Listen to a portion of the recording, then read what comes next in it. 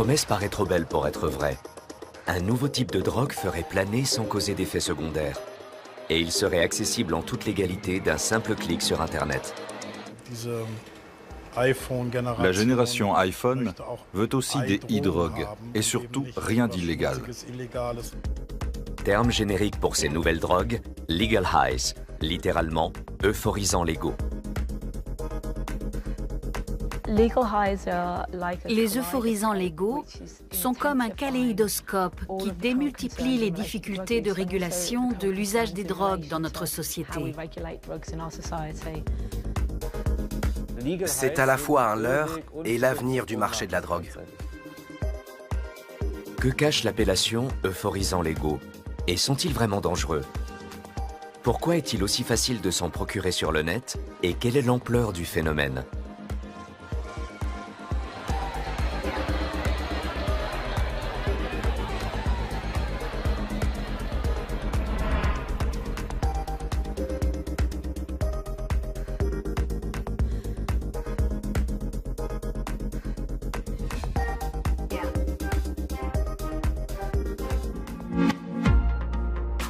Nous sommes en quête de l'état d'euphorie dès la naissance.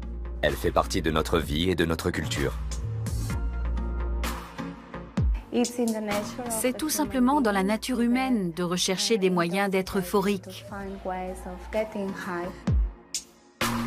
Le besoin d'euphorie a toujours existé, que ce soit par l'absinthe, la fée verte au XIXe siècle, l'alcool au Moyen Âge, ou encore le laudanum qu'on utilisait dans l'ancien empire égyptien. 3 drogues classiques ont marqué le XXe siècle. Le cannabis, une valeur sûre depuis les années 60. La cocaïne, la drogue des années 80. Et bien sûr l'héroïne, opiacé mortel qui aujourd'hui encore fait des ravages. Autrefois, on utilisait comme matière première des produits végétaux ou animaux. Aujourd'hui, on a affaire à des substances chimiques de synthèse, mais qui remplissent la même fonction. L'une des premières drogues de synthèse de l'histoire est une amphétamine fabriquée pour doper les soldats de la Wehrmacht. Pendant la bataille de France en mai-juin 1940, l'Allemagne leur fournira 35 millions de cachets de pervitine. Années 60, le LSD invite les hippies à un voyage introspectif. Dans les années 80, une drogue semi-synthétique sème la panique et fait les gros titres, surtout aux États-Unis, le crack. L'ecstasy, appelée aussi MDMA, domine la vie nocturne des années 90. Le dernier arrivé sur le marché est considéré comme un véritable fléau, le cristal meth, de la famille des méthamphétamines, comme la pervitine. Les hommes, comme tous les autres êtres vivants, ont besoin d'euphorie. Alors ils vont la chercher, cette euphorie. À l'ère du numérique, la démarche est amplement facilitée. La génération iPhone se procure cette euphorie via le net. Une simple recherche mentionnant Legal Highs donne accès aux offres de centaines de sites web.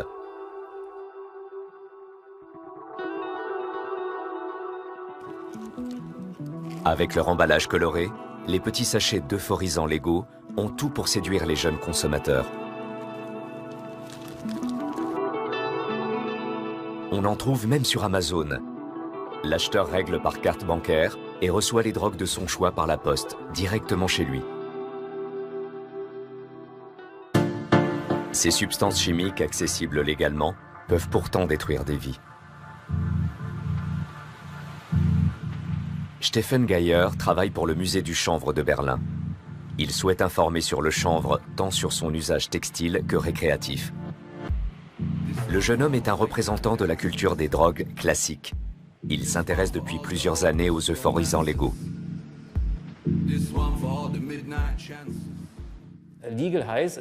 Euphorisants légaux, c'est le terme générique qui désigne un éventail de substances dont les effets imitent ceux des produits illicites.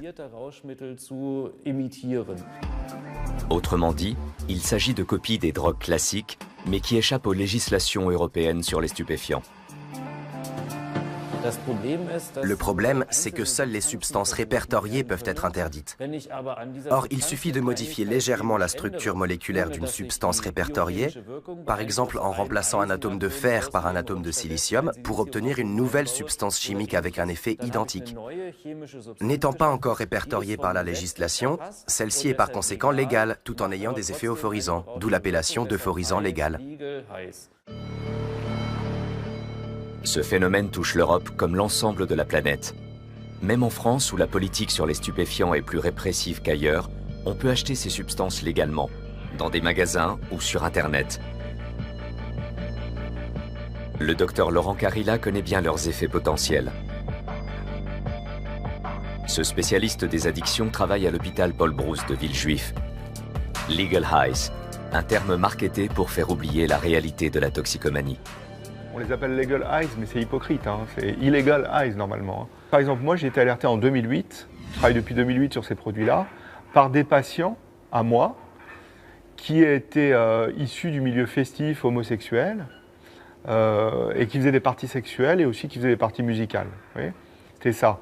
Et c'est eux qui m'ont dit, attention docteur, il y a des nouvelles drogues, la méphédrone, elle est là. La méphédrone, un stimulant aux effets similaires à ceux de la cocaïne, n'est pas resté longtemps cantonné au milieu festif. D'autres nouvelles drogues ont depuis conquis le marché. Fini les petits trafics risqués des dealers dans la pénombre. Internet est arrivé. Le seul truc avec les legal highs, je trouve, ce qu'il y a eu au début, c'était l'histoire du prix, qui n'est pas cher quand on en achète beaucoup, et le fait de se le faire livrer à la maison. Ces deux éléments-là, c'est des éléments dangereux en fait. Et ils ont bien compris. Je veux dire, on peut acheter, au lieu d'acheter 1 gramme, on peut acheter 10 grammes et le prix tout de suite est rétréci. Lisbonne, siège de l'Observatoire européen des drogues et des toxicomanies. Ici aussi, on s'inquiète de l'explosion des euphorisants légaux. Comment cette agence appréhende-t-elle des substances qui s'autoproclament non illicites, mais dont les effets sont tout aussi dévastateurs que ceux des produits interdits? Analyste et chimiste, Ana Gallegos dirige l'équipe de 5 personnes en charge de cette question.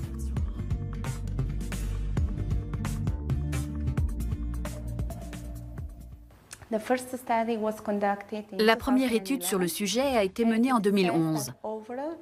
Il en ressort que plus de 5% des jeunes adultes en Europe ont essayé ces substances au moins une fois dans leur vie. L'étude a été reconduite l'année dernière. Résultat, le nombre de jeunes adultes ayant essayé ces nouvelles drogues au moins une fois dans leur vie est passé à 8%. L'offre de dérivés synthétiques de la catinone, commercialisée sous le nom de sel de bain, n'a jamais été aussi élevée. Idem avec les cannabinoïdes synthétiques et d'autres drogues chimiques non illicites. Le nombre de nouveaux produits déferlant sur le marché européen augmente presque chaque année.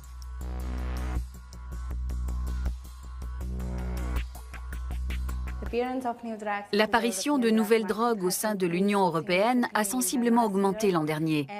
Elles ont désormais leur niche de marché.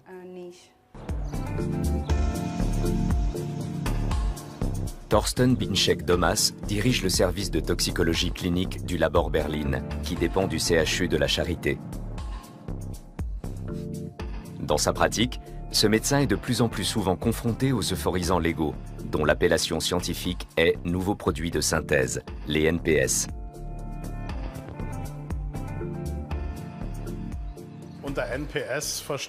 L'appellation NPS, qui désigne les nouvelles substances psychoactives, ne renseigne pas sur leur statut légal. Toutes ces substances ont des effets sur le système nerveux central, c'est-à-dire sur le cerveau, mais de manière très diverse, ce dont l'appellation ne rend pas compte non plus. Tous les effets sont possibles. Apaisement, modification de la conscience, stimulation ou un mélange de tous ces effets. Le terme « nouveau » renvoie au fait qu'il s'agit de composés synthétiques très récents qui ne sont pas obtenus à partir de substances végétales ou naturelles, mais ont été entièrement fabriqués en laboratoire de façon artificielle.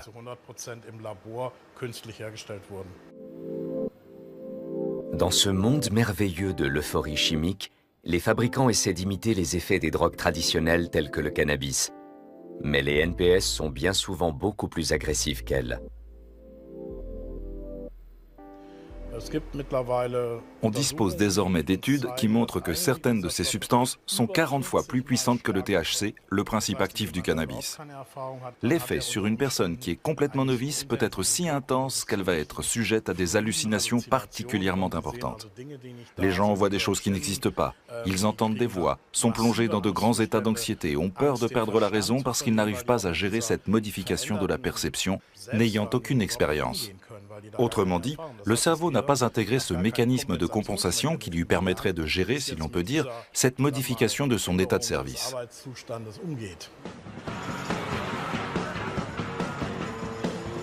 Les cannabinoïdes synthétiques n'ont rien à voir avec les joints d'autrefois. Les substances synthétiques d'aujourd'hui sont autrement plus puissantes, un peu comme des voitures de Formule 1 comparées à des calèches tirées par des chevaux.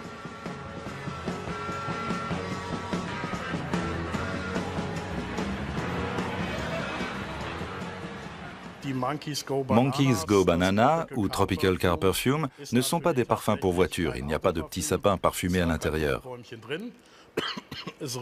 Leur odeur est très particulière. Une caractéristique est l'absence de mention des composants réels. Ici, il n'y aurait que des feuilles séchées, des fleurs aromatiques et des extraits de fruits tropicaux. Il faudrait être fou pour le croire. Une autre caractéristique est la présence d'un mode d'emploi qui assure que le produit est impropre à la consommation. C'est écrit « Do not burn, do not ingest ». En vérité, on peut le fumer et le manger, et dans les deux cas, le produit fait de l'effet.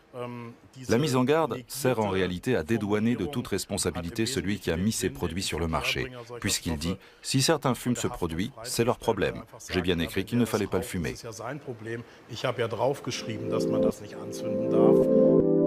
La plupart des NPS se fument comme le cannabis, se sniffent comme la cocaïne, ou s'injectent après avoir été chauffés comme l'héroïne. Mais quel est leur effet ? C'est difficile à expliquer à quelqu'un qui n'a jamais pris de drogue. Pour moi, ça se passe comme ça. On a une montée, comme si on était propulsé par une fusée. Ça tient peut-être une demi-heure. Après, c'est la dégringolade. Et c'est tellement brutal qu'on en reprend pour pouvoir repartir aussitôt. Les usagers des NPS se recrutent dans le milieu traditionnel des drogues dures, mais surtout dans le milieu festif, soirées, concerts ou festivals. La prise de produits suit souvent un calendrier bien précis. La prise de substances psychoactives suit souvent une véritable chorégraphie du week-end. Les usagers planifient très précisément quand ils vont prendre telle ou telle substance afin d'être toujours dans l'ambiance du moment. On prend un psychostimulant quand on fait la fête, qu'il faut être extraverti, et quand il faut ralentir le rythme, on prend un tranquillisant pour se détendre, pour se relaxer, parce qu'on veut être fatigué, se blottir dans un coin, manger quelque chose. Il y a donc une sorte d'agenda de la drogue. Les gens savent précisément quand ils doivent prendre telle ou telle substance. Ils connaissent la durée d'action des produits, ils connaissent leurs réactions individuelles, ils savent aussi quel mélange fonctionne bien et quel mélange risque de ne pas fonctionner. Il a fallu quelques années avant que ce savoir se répande parmi les usagers. Petit retour sur l'histoire des nouveaux produits de synthèse.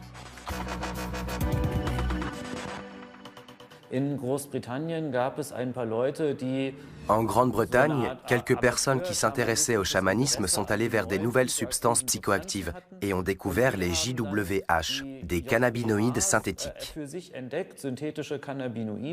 Ils en ont synthétisé en grande quantité, ou en ont acheté, ce n'est pas très clair, et ensuite ils ont commencé à proposer ces nouvelles drogues légales en Grande-Bretagne, notamment dans le milieu des festivals techno. Puis ils ont fait ce que chacun fait quand il faut concevoir un produit pour un groupe cible de jeunes consommateurs, ils ont peaufiné leurs produits jusqu'à ce qu'ils se vendent comme des petits pains. La substance dont parle Stephen Geyer est considérée en Angleterre comme le père de tous les NPS. Son nom, le Spice. Ce cannabinoïde synthétique a été maintes fois copié. Ses successeurs dominent le marché jusqu'à aujourd'hui. Difficile d'arrêter la déferlante des drogues de laboratoire amorcée avec le Spice. Fiona Measham, scientifique, a été témoin des débuts.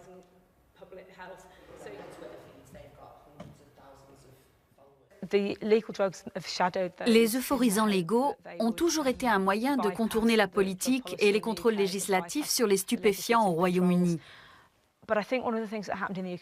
Mais je pense que l'une des raisons de l'engouement pour les euphorisants légaux, à cette époque-là et dans ce pays-là précisément, est que les drogues illicites avaient un degré de pureté très faible ou étaient très difficiles à obtenir. Ces deux éléments combinés ont fait qu'il y a eu un déplacement de la demande de l'ecstasy et de la cocaïne vers les euphorisants légaux. Fiona Measham a travaillé dans de nombreux clubs londoniens, où elle a assisté à l'émergence du spice. Après les premiers cas d'overdose, de psychose et de décès, les médias britanniques se sont emparés du sujet. Les effets nocifs de cette substance apparemment inoffensive ont soudain fait les choux gras de la presse populaire. Mais au lieu de décourager les consommateurs potentiels, ces révélations ont attisé leur curiosité et de plus en plus de jeunes ont goûté à cette nouvelle drogue miracle, à la réputation sulfureuse.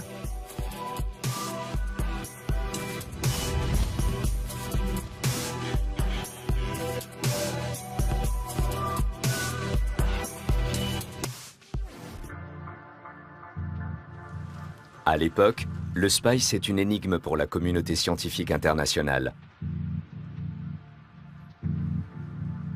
Volker Auwerter, toxicologue à Fribourg, fait partie des premiers chercheurs en Allemagne à s'être penché sérieusement sur le sujet. Une plongée en terre inconnue pour laquelle il a fallu avoir recours à des méthodes parfois peu orthodoxes.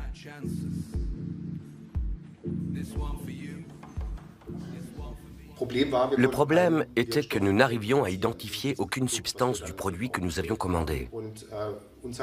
Nous nous sommes donc demandé s'il ne s'agissait pas d'un placebo sans principe actif. Afin de lever le doute et de vérifier rapidement s'il s'agissait oui ou non d'un placebo, nous avons décidé d'en fumer un peu et de voir si le produit faisait de l'effet ou pas.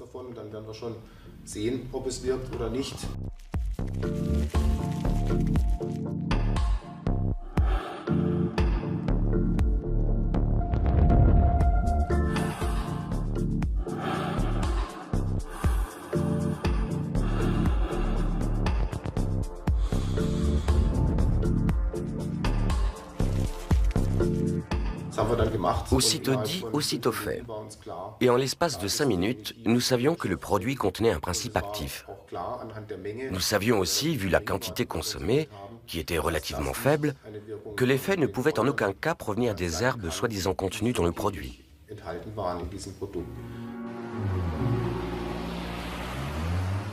À Manchester aussi, on traque les composants des nouveaux produits de synthèse. La ville est connue pour sa vie nocturne, où les drogues traditionnelles sont implantées depuis longtemps. Comme à Londres, les scientifiques cherchent à mieux comprendre les drogues festives apparues récemment.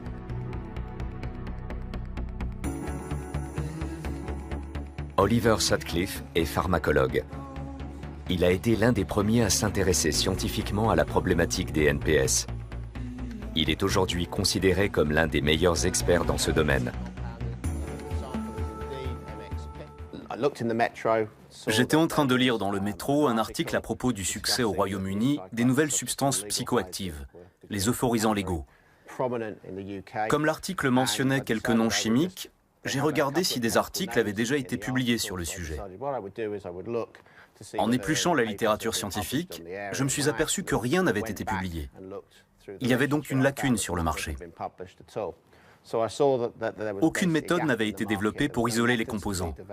Leur composition chimique, de même que leur pharmacologie et leur biologie, restaient mal comprises. De toute évidence, il y avait une lacune. Pour les profanes, la synthèse de psychotropes à partir de substances chimiques de base peut s'avérer compliquée. Pour les chimistes comme Oliver Sutcliffe, en revanche, la fabrication de nouveaux produits de synthèse n'est pas difficile. Le pharmacologue a déjà copié bon nombre de ces produits à des fins scientifiques.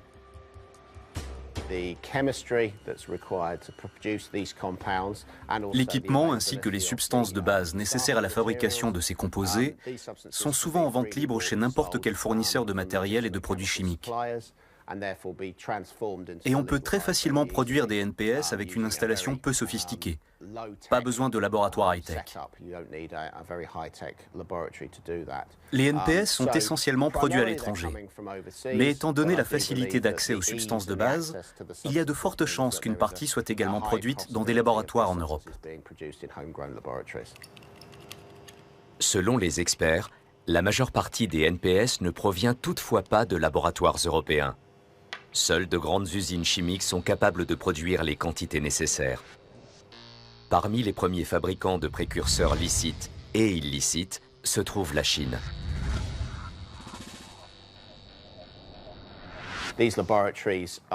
Ces laboratoires produisent de grandes quantités de substances, probablement de l'ordre de plusieurs sacs par jour. D'ailleurs, ils ne cherchent pas à s'en cacher. Il y a des photos sur Internet qui les montrent au travail. Il s'agit donc de production pharmaceutique illégale à une échelle industrielle.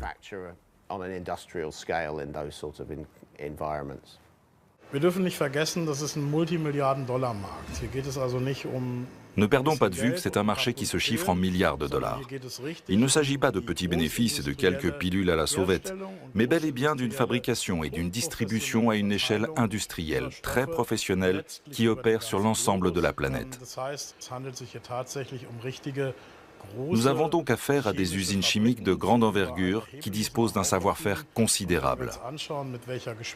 Quand on voit à quelle vitesse apparaissent de nouvelles substances de synthèse entièrement inédites, il est évident qu'il doit y avoir des départements de recherche et développement suffisamment importants et compétents pour alimenter en continu l'offre en nouvelles substances psychoactives.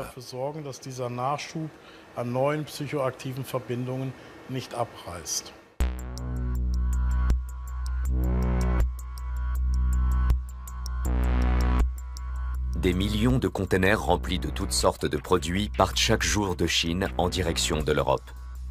Ce flux incessant de marchandises maintient en vie notre système économique, mais aussi le trafic international de stupéfiants. Car entre les innombrables biens de consommation se trouvent les principes actifs des NPS, déclarés par exemple en tant que talc ou oxyde de titane. Ces substances souvent légales passent ainsi les douanes et sont acheminées jusqu'à leurs clients européens. Elles sont ensuite préparées et conditionnées par des fournisseurs locaux avant d'être vendues sur le net. Un énorme marché, très lucratif.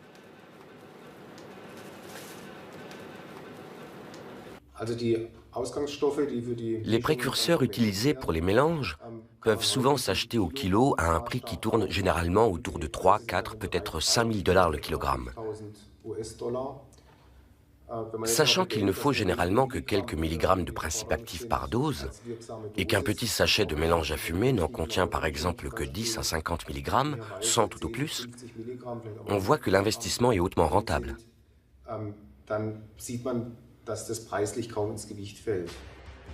En bout de la chaîne de production, il y a donc souvent l'Europe.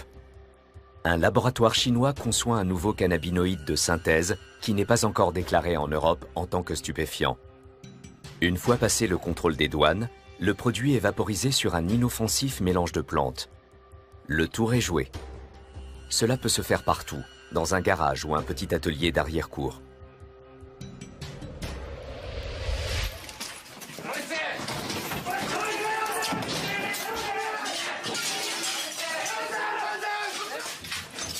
Nul ne sait combien de petits laboratoires il existe vraiment en Europe. Mais les policiers ne cessent d'en découvrir, comme ici en République tchèque. On y fabriquait surtout du cristal meth. La fabrication, la vente et la possession de cette drogue étant strictement interdites, les forces de l'ordre ont pu intervenir. Mais quelles armes utiliser contre les drogues qui, grâce au savoir-faire de chimistes, ont toujours une longueur d'avance sur le législateur? Les cerveaux derrière ces trafics juteux n'ont jusqu'à présent en tout cas pas à craindre les descentes de police.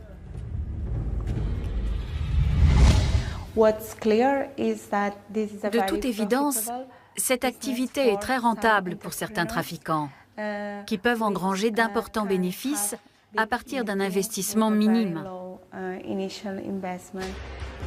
Presque comme dans un supermarché, les fabricants proposent leurs produits aux emballages séduisants à des consommateurs souvent jeunes. Avec leurs noms marrants et leurs emballages colorés, ces produits font davantage penser à des bonbons qu'à des substances illégales, dangereuses, repoussantes, qu'on sort à la va-vite d'une poche de pantalon. Ces produits sont commercialisés comme des millions d'autres produits. Autrement dit, ils perdent un peu de leur statut de substance dangereuse et difficile d'accès pour devenir des articles de consommation courante, comme le dentifrice. Des emballages colorés, d'apparence anodine, bien loin de la réalité de certains consommateurs des nouveaux produits de synthèse qui finissent par tomber dans l'addiction.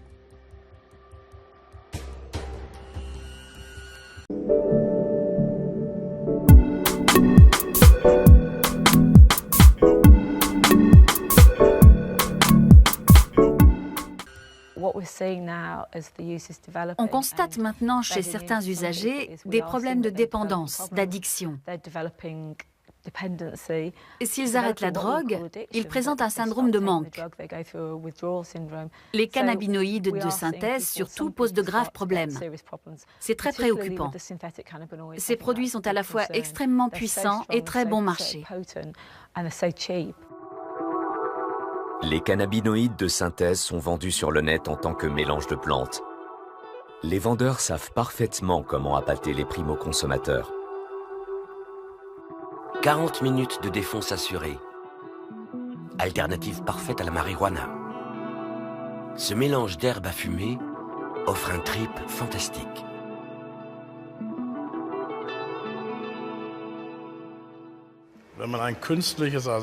La consommation de cannabinoïdes artificiels, synthétiques, provoque des effets similaires à ceux obtenus en fumant du cannabis. Les molécules de cannabinoïdes synthétiques sont conçues de telle sorte qu'elles se fixent dans le cerveau sur les mêmes récepteurs que le tétrahydrocannabinol, ou THC, un nom à rallonge qui désigne simplement le principe actif du cannabis. Un récepteur, c'est une grosse molécule de protéines qui est ancrée dans la membrane d'une cellule nerveuse. La molécule de cannabinoïde vient s'y fixer un peu comme une clé dans une serrure, ce qui déclenche l'envoi par le récepteur d'un signal à l'intérieur de la cellule. Mais la différence, et elle est de taille, c'est que les cannabinoïdes synthétiques, ou tout du moins certains d'entre eux, produisent en se fixant sur le récepteur un effet beaucoup plus puissant que le THC biologique. La puissance des cannabinoïdes de synthèse et leurs effets imprévisibles sur le cerveau font courir un risque aux consommateurs. Mais les cannabinoïdes interagissent aussi avec le reste du corps humain, qui est tout entier parcouru par un réseau de récepteurs. Les cannabinoïdes de synthèse sont comme une bombe lâchée dans ce réseau. Et nul ne sait combien de bombes le corps peut supporter et sur quelle durée.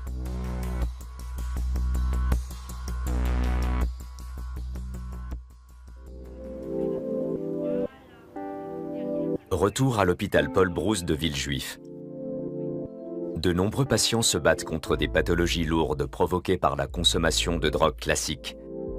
Mais le docteur Laurent Carilla traite aussi de plus en plus souvent des consommateurs de nouveaux produits de synthèse.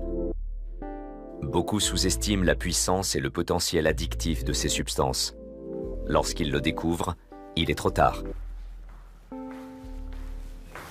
Sur du long terme, on peut faire des dépressions, avoir des troubles cognitifs, la mémoire, l'attention, la concentration. On peut faire des épisodes délirants qui vont être chroniques. Et on peut avoir des complications au niveau du foie, au niveau du cœur encore. On peut faire des infarctus, on peut faire des problèmes au cerveau. Et quand on sniffe les produits, on peut avoir des problèmes ORL en fait. On peut se faire des perforations, des cloisons nasales, on peut avoir des ulcérations au niveau ORL.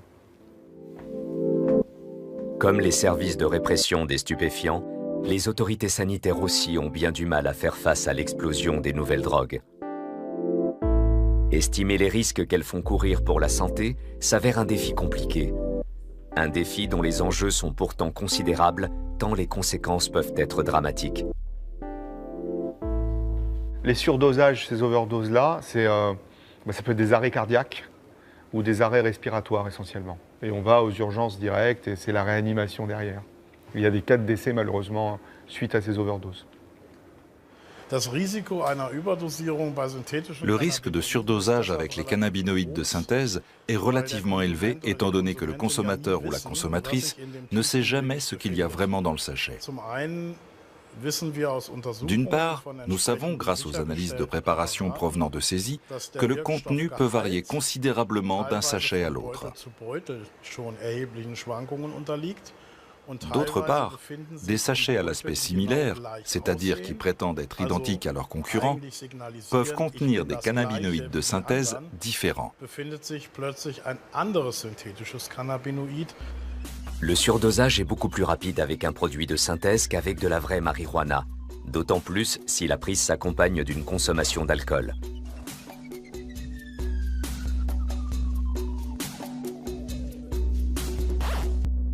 C'est pour obtenir ce genre d'informations que de nombreux consommateurs consultent Internet. Certains découvrent alors la chaîne YouTube de Simon Rohan. Le jeune homme vit dans les environs de Munich et met en ligne de courtes vidéos qu'il tourne lui-même sur les avantages et inconvénients de diverses drogues, de l'ecstasy à la cocaïne, en passant par le cannabis.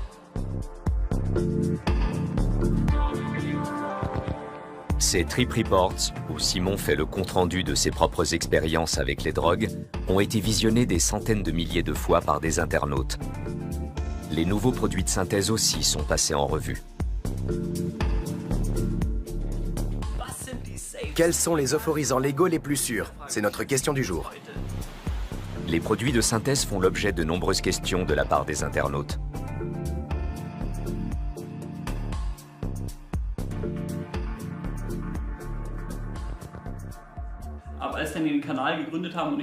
Depuis le début de la chaîne, on me sollicite tout le temps pour que je fasse telle ou telle vidéo. Et je suis toujours surpris du nombre de personnes qui m'écrivent, du genre « Yo, fais-nous une vidéo sur les legal highs, j'ai essayé le couch trip, tu peux nous montrer quel effet ça fait sur toi ?» Du coup, je leur réponds que perso, ça ne m'intéresse pas d'essayer et que je ferai peut-être une vidéo dessus, mais pas à partir de ma propre expérience. La défiance de Simon rejoint celle de nombreux consommateurs qui, sur ces forums, échangent leur expérience sur les NPS.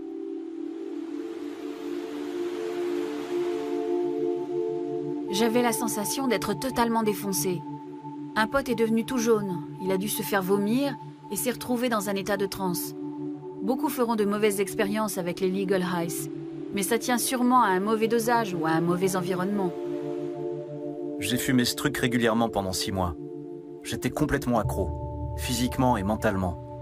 On a le cerveau retourné, mais on pense que la vie ne vaut rien sans ce truc. Ça fait 7 mois maintenant que j'ai arrêté, et je ne souhaite pas, même à mes ennemis, d'en fumer. Les demandes des internautes sont souvent les mêmes, du genre « Fais-nous des vidéos sur les legal highs, mais fais gaffe à bien en dégoûter les gens, parce que j'ai essayé et mes expériences ont été négatives. » Beaucoup de ceux qui me réclament une vidéo sur le sujet et qui ont eux-mêmes essayé ces substances veulent que je parle des effets négatifs. L'image des legal highs est très mauvaise. Par contre, ceux qui commencent tout juste à s'intéresser aux substances psychédéliques, surtout les jeunes, ne sont pas informés et ne peuvent pas s'appuyer sur leur expérience. Les produits sont surtout ciblés pour les jeunes, par exemple avec des nanas à poil sur les emballages. Ils prétendent souvent être sans conséquences pour la santé. Super, pas de soucis, c'est pareil que l'herbe. Et donc forcément, les consommateurs tombent dans le panneau, surtout les jeunes. Outre les cannabinoïdes de synthèse ou mélange de plantes, les NPS regroupent une autre famille de substances de plus en plus consommées. Il s'agit de drogues de laboratoire aux effets souvent dévastateurs pour la santé. Les catinones de synthèse, mieux connues sous l'appellation de sel de bain.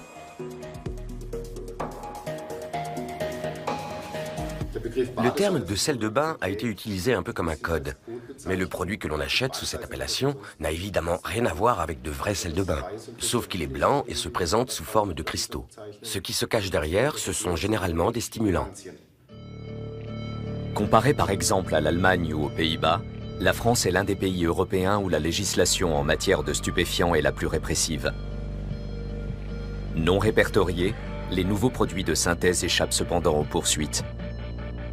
De nombreux patients du docteur Carilla se sont tournés vers les sels de bain, considérées comme une alternative plus sûre que les drogues dures. La méphédrone, elle se comporte comme la drogue méthamphétamine, donc avec des effets plutôt stimulants, l'euphorie, etc. Et comme il y a eu des cas de décès, cette drogue a été interdite. Mais, sans exagérer, 1 minute après, sur Internet, circulaient d'autres drogues. Et il y a d'autres drogues qui sont très à la mode. Il y a la MDPV. La MDPV, elle se comporte exactement comme la cocaïne. Vous avez d'autres drogues comme la méthylone. La méthylone, c'est vraiment... Méthylone, c'est l'image en miroir de la MDMA. Elle se comporte comme la MDMA. Et là, il y en a une récente qui a fait un peu de bruit aux États-Unis, qui s'appelle Flakka, qui est l'alpha-PVP.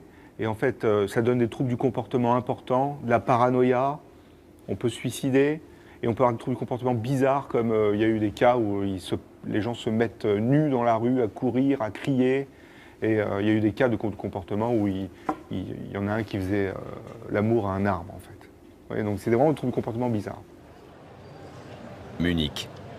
Dans la capitale bavaroise aussi, les nouveaux produits de synthèse se sont implantés dans les milieux de la drogue. Les NPS sont utilisés par de nombreux toxicomanes comme complément, voire comme substitut aux drogues dures. Stefan Walcher, médecin spécialiste des addictions, est co-directeur d'une clinique. Témoin au quotidien de la souffrance des toxicomanes, il observe le remplacement des drogues classiques par les nouveaux produits de synthèse. Cela crée un mélange très explosif qui a indubitablement contribué à une augmentation substantielle du nombre de décès liés à l'usage de stupéfiants pour la 2e année consécutive. Du point de vue statistique, on constate que les opiacés classiques, comme l'héroïne et la méthadone, jouent un rôle de plus en plus mineur et sont évincés par de nouvelles substances. À Francfort, une ville qui a une longue expérience avec les drogues dures, on assiste aussi à une mutation. Comme la police le constate lors des contrôles et des fouilles, les nouvelles drogues synthétiques sont déjà bien implantées, notamment les sels de bain, très répandus chez les usagers.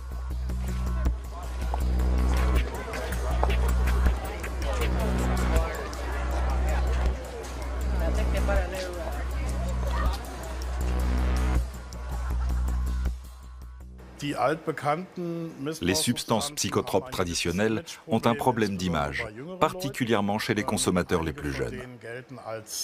Certaines ne sont plus considérées comme modernes. Un bon exemple, c'est l'héroïne. Les jeunes usagers associent l'héroïne à la toxicomanie, à la dépendance, à la déchéance physique.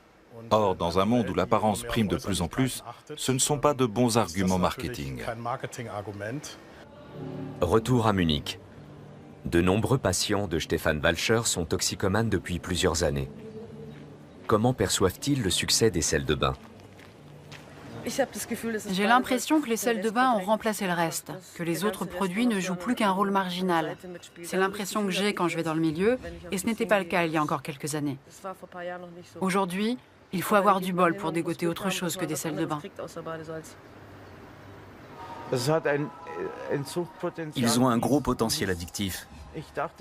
De ce point de vue, je pensais qu'il n'y avait rien de pire que le crack, que j'ai consommé pendant 2 ans. Mais ce n'est rien à côté. De ce que je vois, les consommateurs sont plus agressifs et plus imprévisibles. Et je dirais aussi plus effrayants aux yeux d'un non-consommateur. En général, les sommes qu'ils viennent vous taxer sont minimes. Mais quand elles deviennent plus importantes, je pense que certains seraient capables de vous faire la peau. Oui, ça a beaucoup changé.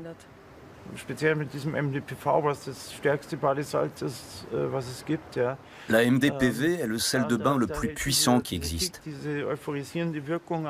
La montée, l'effet euphorisant, dure jusqu'à 30 minutes.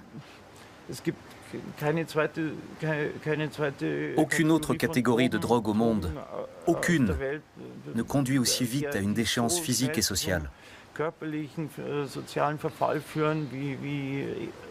Toute médaille a son revers. Parents d'usagers, mais aussi législateurs, observent cette déferlante de nouvelles drogues avec impuissance et perplexité. Pour Anna Gallegos de l'Observatoire européen des drogues et des toxicomanies, les nouveaux produits de synthèse et leurs millions de petites pilules ne peuvent être combattus avec les moyens actuels. C'est comme le jeu du chat et de la souris. Dès qu'une substance fait l'objet d'un contrôle, une nouvelle apparaît qui cherche à remplacer la précédente. Idem avec les définitions génériques. Dès qu'une nouvelle définition générique est mise en place, les fabricants opèrent de légères modifications sur la structure chimique afin d'obtenir une nouvelle famille de substances qui présentent des effets similaires, mais ne font pas l'objet d'un contrôle.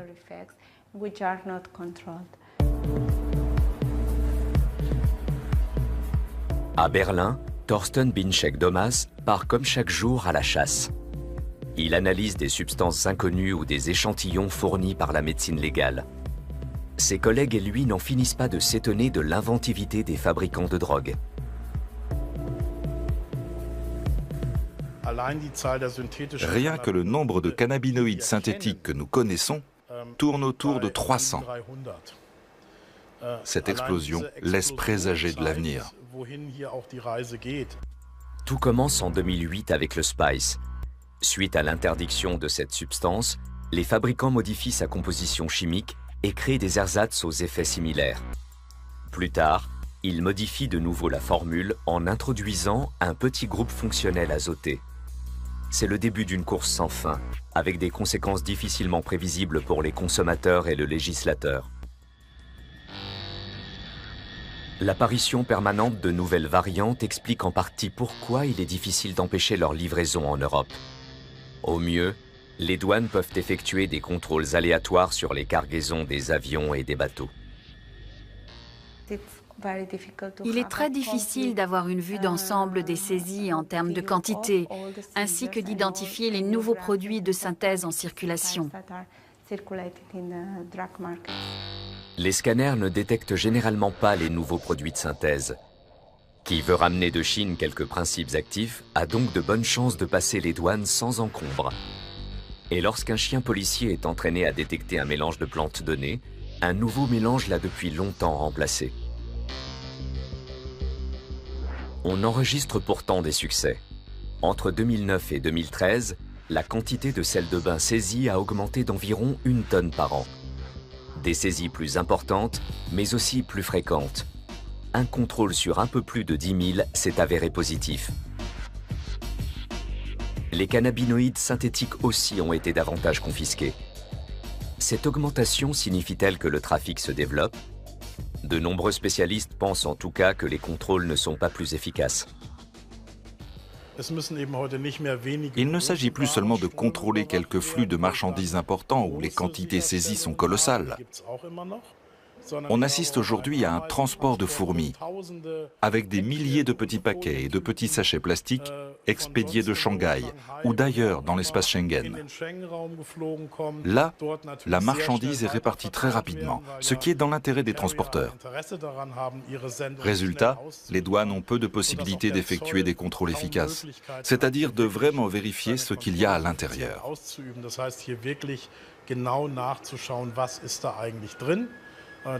Les services douaniers manquent de personnel et de technologie. Il faudrait changer un certain nombre de choses pour prétendre mettre un terme définitif au trafic. Les pouvoirs publics ne peuvent pas remporter cette course. C'est totalement exclu. Un procureur ne pourra jamais être aussi rapide qu'un trafiquant qui peut changer en un rien de temps quelques groupes d'une molécule. C'est peine perdue. Les nouveaux produits de synthèse donnent du fil à retordre à la répression des stupéfiants.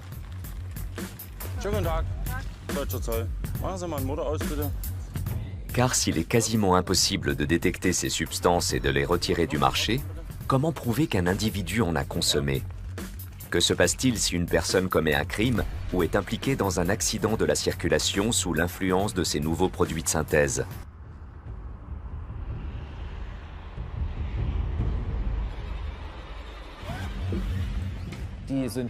Les cannabinoïdes synthétiques sont consommés notamment par des jeunes qui craignent de perdre leur permis de conduire. Ils savent que les tests rapides de la police peuvent détecter des traces de marijuana fumées jusqu'à une semaine auparavant.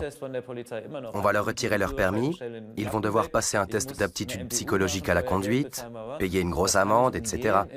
Alors qu'ils peuvent éviter tout ça en achetant un mélange de plantes qui contient, on le sait bien, d'autres principes actifs que les plantes.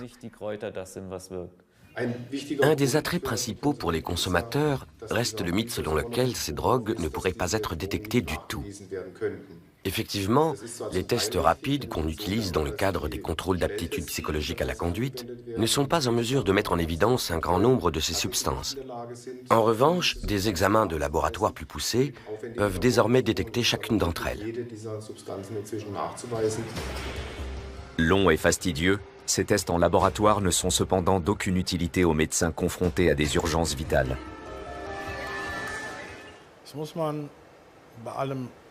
Malgré le désir de toute puissance de la médecine, on est bien obligé d'admettre qu'on ne sait pas quoi faire de ces patients. On ne sait pas comment les aider parce que toutes ces substances sont nouvelles et qu'on n'a encore aucun retour d'expérience. Tel patient est peut-être le premier cas pris en charge. Les médecins ont donc un problème. C'est surtout le week-end, lorsque les gens sortent, qu'il y a des problèmes et que les secours sont sollicités. Pour pouvoir prendre en charge les victimes, ils doivent savoir quelles substances elles ont consommées, chose impossible actuellement avec les NPS. Le pharmacologue Oliver Sutcliffe veut changer cela, mais il connaît les difficultés. Aujourd'hui, 3 tests de couleur peuvent détecter rapidement mais approximativement certains groupes de substances. En revanche, les nouveaux produits de synthèse passent inaperçus. En cause, le visage sans cesse changeant de ces drogues. Oliver Sutcliffe est pourtant persuadé qu'il pourra bientôt présenter un test rapide qui aidera aussi bien la police routière que les urgentistes à identifier les NPS. Le pharmacologue préfère ne pas en dire plus. La concurrence autour de la mise au point de ce type de test est rude.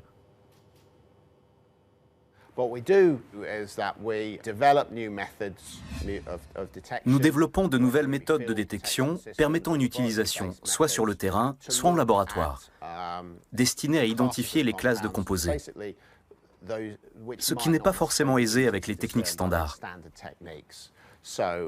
Nous prenons donc des produits que nous avons achetés ou qui sont issus de saisie et nous isolons leurs composants afin de savoir ce qu'il y a à l'intérieur de ces sachets.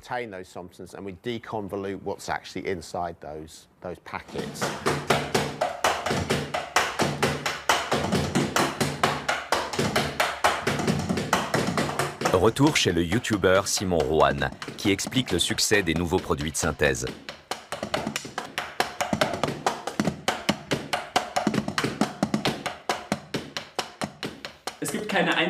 Il n'y a pas de séparation nette entre ceux qui consommeraient seulement des legal highs et ceux qui consommeraient des drogues illicites. Ce sont généralement les mêmes. C'est juste que les consommateurs de legal highs ne sont pas en mesure de dégoter des substances illicites au moment où ils les cherchent. Alors, ils se rabattent sur les legal highs. Mais interdire ces drogues n'empêche pas les gens d'en prendre. Ça les empêche juste de prendre un type de drogue donné à un moment donné. La prolifération constante des nouveaux produits de synthèse alimente le débat sur la légalisation des stupéfiants en Europe.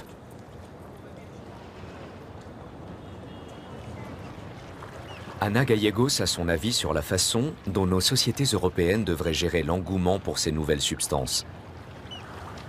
Un avis qu'elle préfère toutefois émettre en dehors des murs de son administration.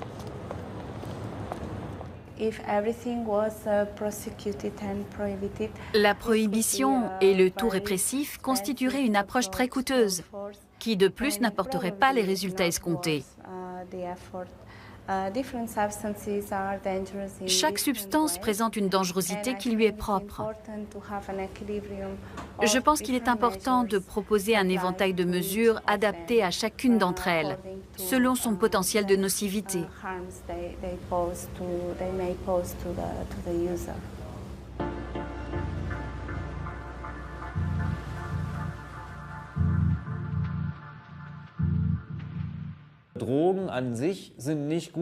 Les drogues ne sont pas bonnes ou mauvaises en soi. Tout dépend de la façon dont le consommateur les aborde. Autrement dit, quel est son degré d'information vis-à-vis des substances. Par exemple, la quantité de principes actifs qu'elles contiennent, les effets secondaires graves ou les dommages possibles à long terme. Bref, peut-il estimer en toute connaissance de cause si consommer telle ou telle drogue est une décision raisonnable ou pas? Et ça, on y parviendra seulement si on en parle. Moins de tabous, plus d'informations transparentes, plus de services d'aide faciles d'accès. Et on en est loin. Notre société doit-elle revoir son rapport à ces substances? Allons-nous être submergés par ces nouvelles drogues, sans pouvoir les interdire? Thorsten Binchek-Domas mise sur la sensibilisation. Il se rend dans les écoles à la rencontre des jeunes. J'ai une jolie anecdote à propos d'une élève de 15 ans. Dans le cadre d'un débat, elle s'est soudain levée, passablement énervée, et s'est mise à crier que ça ne regardait qu'elle si un jour elle décidait de foutre sa vie en l'air avec les drogues.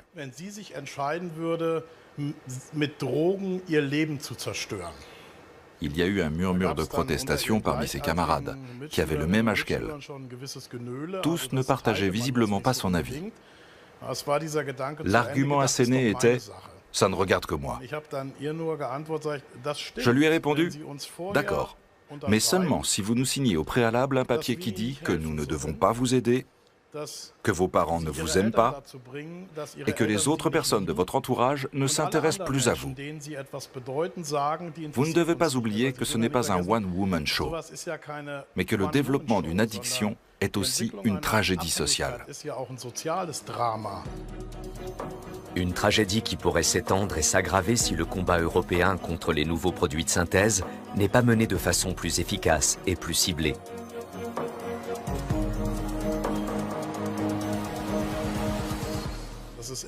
C'est une attitude très égoïste de la part de quelqu'un de dire « ça m'est égal, c'est ce que je veux, j'en supporterai les conséquences », parce que c'est un leurre.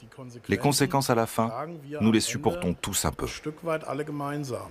Les chercheurs pensent que l'on peut d'ores et déjà concevoir de nouvelles drogues qui euphorisent sans nuire gravement à la santé. Mais d'ici là, force est de constater, le monde enchanteur des nouveaux produits de synthèse est une illusion. Back to the roots. Il ne faut pas toucher à ces saloperies chimiques. Ça n'a plus rien de kiffant. Ce n'est plus comme avant, quand on fumait un joint autour d'un feu de camp, pendant qu'un pote jouait de la guitare. Il faut voir leur pouvoir addictif. Ces substances sont très puissantes. Legal Highs. Le nom a un côté sympa et inoffensif. Tout le contraire des méchantes drogues illicites.